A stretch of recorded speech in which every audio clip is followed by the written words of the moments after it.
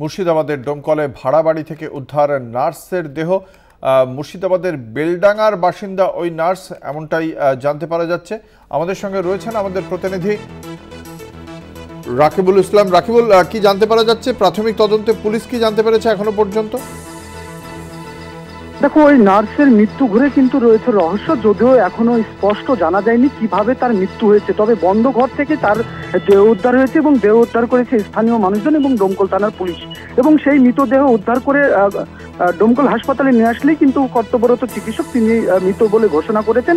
ওই মৃত নার্সের নাম আমিনা সুলতানা, এমনটাই কিন্তু জানা গিয়েছে। গত 1.5 বছর ধরেই কিন্তু মুর্শিদাবাদের ডোমকল সুপার স্পেশালিটি হাসপাতালে কিন্তু তিনি কর্মরত ছিলেন, এমনটা তার স্বামী জানিয়েছেন। এবং গতকালই কিন্তু তার স্বামীর সাথে রাত্রি 10টা-11টা নাগাদ কথা হয়েছে। তারপরেই কিন্তু তারা ফোন রাখার পরে সকাল থেকে তার সঙ্গে যোগাযোগ করতে চাইলে কোনোভাবেই তার সঙ্গে যোগাযোগ করা যায় না। কোনো সামাজিকভাবেই কিন্তু না যোগাযোগ করতে পারলে তার পরিবারকে জানায় এবং আত্মীয় স্বজনকে জানালেই জানতে পারা যায় তার মৃত্যু হয়েছে এবং বন্ধ ঘরের মধ্যে থেকেই তার দেহ উদ্ধার হয়েছে। এমনটাই খবর শুনে তার স্বামীও ছুটে এসেছে ডোমকল হাসপাতালে। ইতিমধ্যে ডোমকল থানার একটি বিশাল পুলিশ বাহিনীর টিম তারা ওই মৃতদেহ ঘিরে প্রাথমিকভাবেই কিন্তু জিজ্ঞাসাবাদ শুরু করেছে এবং তদন্ত চলছে। এই যে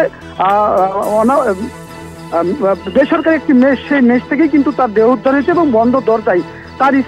তার স্বামী যেটা জানিয়েছেন যে কোনো রকম ভাবে তিনি কারোর সঙ্গে কোনো বিবাদ ছিল না এবং ডিউটিতে গতকালকেও কিন্তু তার ইভিনিং ডিউটি ছিল, এমনটাই কিন্তু তার স্বামী জানাচ্ছেন। তবে এই যে মৃত্যু, কিভাবে মৃত্যু হলো তা নিয়ে কিন্তু ধোঁয়াশা রয়েছে।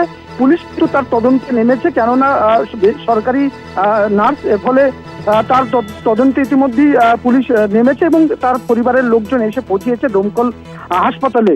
অন্যদিকে তার মৃতদেহ উদ্ধার করে তার ময়না তদন্তের জন্য পাঠানোরও প্রক্রিয়া শুরু হয়েছে। তবে এই যে মৃতদেহ ঘিরে কিন্তু চলছে ব্যাপকই চাঞ্চল্য, কেননা মুর্শিদাবাদের ডোমকলে এইরকম ঘটনা প্রথম ঘটেছে। আমাদের সঙ্গে ছিলেন আমাদের প্রতিনিধি রাকিবুল ইসলাম।